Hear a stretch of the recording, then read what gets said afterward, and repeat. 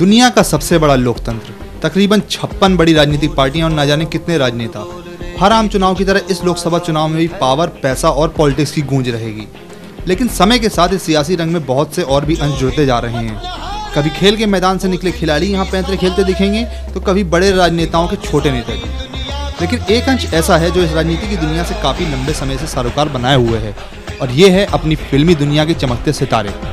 जी हाँ, वही सितारे जिन्हें बड़े पर्दे पर देखकर लोग सदियों से दीवाने होते आए हैं। आज राजनीति में तमाम फिल्मी सितारे अपने लोहन मनवाने के लिए उतर पड़े हैं।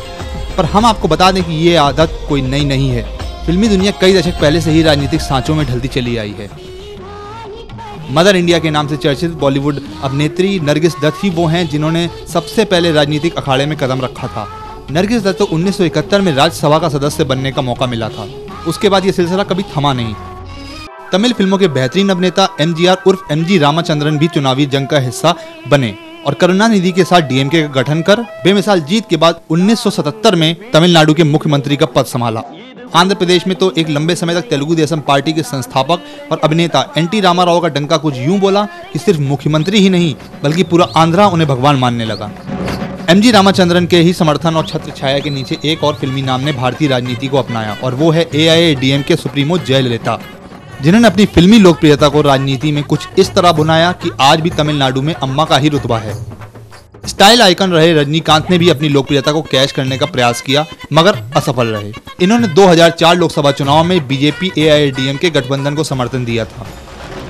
बॉलीवुड के शहंशाह अमिताभ बच्चन भी पीछे नहीं रहे। इन्होंने कांग्रेस पार्टी से इलाहाबाद से 1984 लोकसभा चुनाव लड़े और HN बहुगुणा को ऐतिहासिक शिकस्त दे डाली। इन्होंने 68% वोट के अंतर से चुनाव जीते, लेकिन बोफोर्स कांड में मिले घावों को कुछ यूं कुरेदा गया कि इन्होंने भी राजनीति को अलविदा कहने का फैसला कर डाला। जहां एक तरफ सुनील दत्त लंबे समय तक कांग्रेस का हिस्सा रहे, वहीं आज उनके सुपुत्र संजय दत्त भी राजनीति में छलांग लगा चुके हैं। वो बात अलग है कि आज कोर्ट ने उन्हें चुनाव लड़ने से रोक दिया।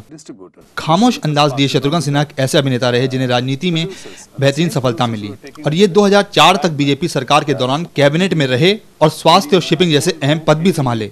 फिर ये फहरिस्त बढ़ती गई और आज भी सिलसिला कायम है। विनोद खन्ना, राजेश खन्ना, राज बब्बर, हेमा मालिनी, जया प्रदा, जया बच्चन, गोविंदा, रवि किशन, मनोज तिवारी और ना जाने कौन कौन, सभी इस राजनीति के समंदर में हाथ धोने को तैयार खड़े हैं।